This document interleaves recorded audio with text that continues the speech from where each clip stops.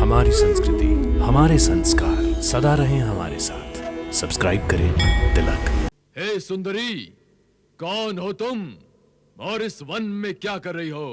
मैं तुम्ही से मिलने आई हूँ। वाह महाराज वाह, लगता है ये आपके शौर्य की प्रशंसा सुनकर आप पर मोहित हो गई है और आपसे मिलने चली आई है। आप भाग्यशाली हैं महाराज। तुमने बिल्कुल सत्य कहा सेनापति। लगता है मुझे अपने भाग्य पर गर्व करना होगा। तुम्हारे प्रारब्ध ने ही आज हम दोनों को आमने सामने खड़ा किया है।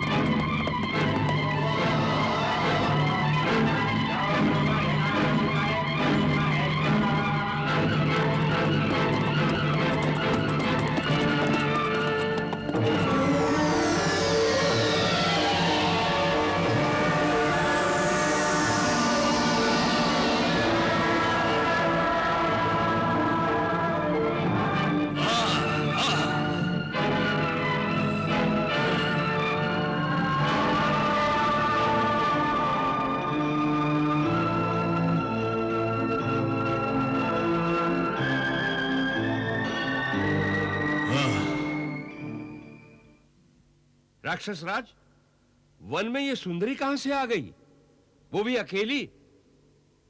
हे सुंदरी, कौन हो तुम और इस वन में क्या कर रही हो? मैं तुम्ही से मिलने आई हूँ। वाह महाराज वाह, लगता है ये आपके शौर्य की प्रशंसा सुनकर आप पर मोहित हो गई है और आपसे मिलने चली आई है। आप भाग्यशाली हैं महाराज। तुमने बिल्कुल सत्य कहा सेनापति। लगता है मुझे अपने भाग्य पर गर्व करना होगा। तुम्हारे प्रारब्ध ने ही आज हम दोनों को आमने सामने खड़ा किया है। हे सुंदरी, तुम इतने घमंड से क्यों बोल रही हो? क्या तुम्हें पता नहीं तुम्हारे सामने असुरेश्वर दुर्जय खड़े हैं? मैं घमंडी नहीं हूँ, बल्कि घमंडियों का घमंड तोड़ना मेरा धर्म है। तो फिर तुम क्यों असुरेश्वर का रास्ता रोके बैठी हो? इसलिए कि जब कोई अधर्मी धर्म के रास्ते में बाधा डालता है तो मैं उस बाधा को ही हटा देती हूँ। इसका अर्थ ये है कि तुम हमें आगे बढ़ने नहीं देना चाहती हो।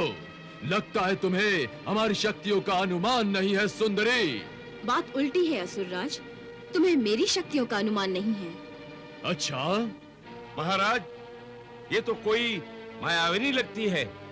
तुम्हारा सेनापति सत्य ही कह रहा है दुर्जय। अच्छा, इसका अर्थ यह है कि तुम मायाविनी हो। मायाविनी नहीं, महामाया हूँ। महामाया हो तुम और तुम मुझे भ्रमित करने आई हो। भ्रमित नहीं, सावधान करने आई हूँ। किस बात के लिए सावधान करने आई हो सुंदरी? दुर्जय, राजा रत्नाकर एक समुद्र की भांति है। ऐसा समझ लो कि वो स्वयं ही एक समुद्र है। अच्छा, तो तुम्हें भी पता है कि हमें राजा रत्नाकर से शत्रुता है। परंतु तुम्हें ये नहीं मालूम दुर्जय कि राजा रत्नाकर एक गहरा समुद्र है, धीर गंभीर है। इसीलिए वो एक समुद्र की भांति तुम्हारे सारे पापों को क्षमा करते आए हैं। परंतु याद रखो दुर्जय, मैं तुम जैसे अधर्मी को क्षमा नहीं करती। यहाँ से आगे बढ़ने का तुमने प्रयास किया तो तुम्हारा कोई भी अस्तित्व शेष नहीं रहेगा। सुंदरी, तुम मुझे, इस दुर्जय को, इस असुरेश्वर को चुनौती दे रही हो।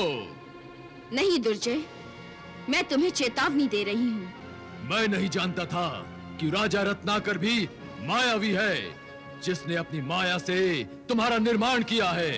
तुम अज्ञानी हो दुर्जय, इसीलिए अब तक मुझे पहचान नहीं सके। मूर्ख, मैं किसी की माया नहीं हूँ। ये सृष्टि मेरी ही माया है।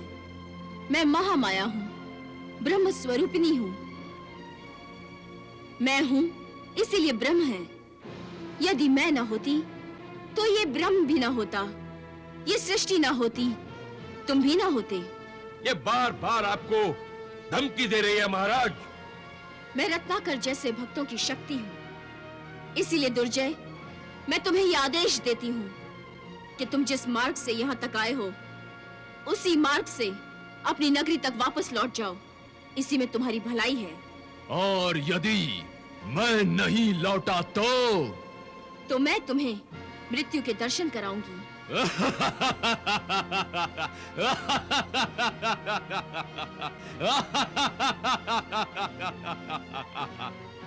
दुर्जय पर मृत्यु विजय प्राप्त करेगी।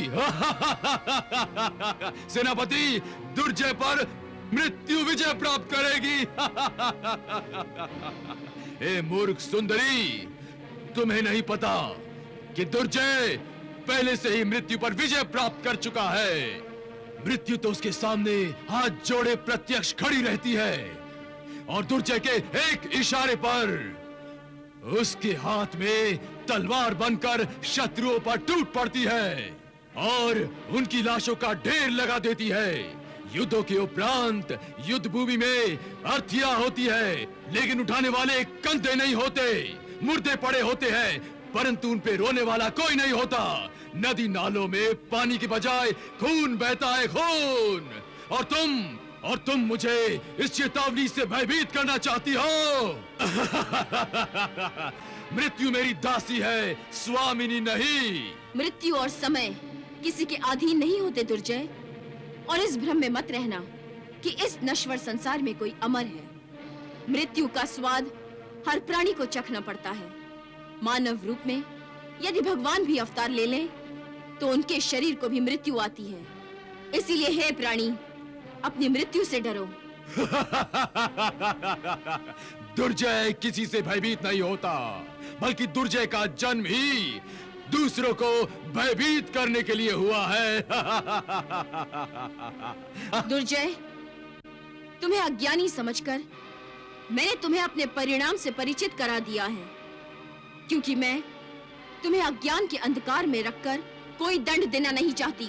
सेनापति, ये सुंदरी मुझे दंड देगी। ये सुंदरी मुझे दंड देगी। दुर्जय, मैंने तुम्हें चेतावनी दे दी है, और अब मैं तुम्हें राजा रत्नाकर का महायज्ञ ध्वस्त करने नहीं दूंगी। थोड़ी ही देर में तुम और तुम्हारी सेना छिन्न भिन्न होकर भागती दिखाई देगी। दुर्जय, तुम्हें दंड देने से पहले मैं अंतिम बार बता रही हूँ कि राजा रत्नाकर का यज्ञ सफल होगा, और उन्हें पुत्री के रूप में जो संतान होगी, यदि उसकी ओर तुमने वक्र दृष्टि से देखा, तो वही तुम्हारी मौत बन जाएगी। नहीं, राजा रत्नाकर की कोई संतान नहीं होगी। मैं संतान होने ही नहीं दूंगा, और यदि हुई तो वो तुम्हें बाद में देखूंगा। पहले हम तुम्हें देखेंगे। सेनापति, इसे बंदी बना लो। दुष्ट, मैं तुम्हें अंतिम बार चेतावनी देती हूँ। वापस जाते हो कि नहीं? आक्रमण!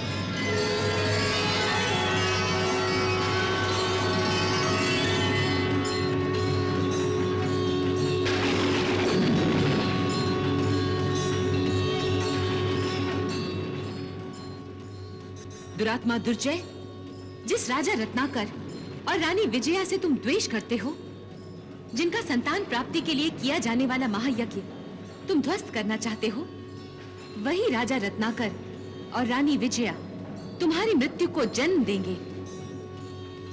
उनकी संतान तुम्हारी मृत्यु बनेगी। कुमारी कन्याओं के पूजन पर तुम प्रतिबंध लगा रहे थे ना? परंतु याद रखो दुर्जय, तुम्हारी मृत्यु एक ऐसी ही कुमारी कन्या से होगी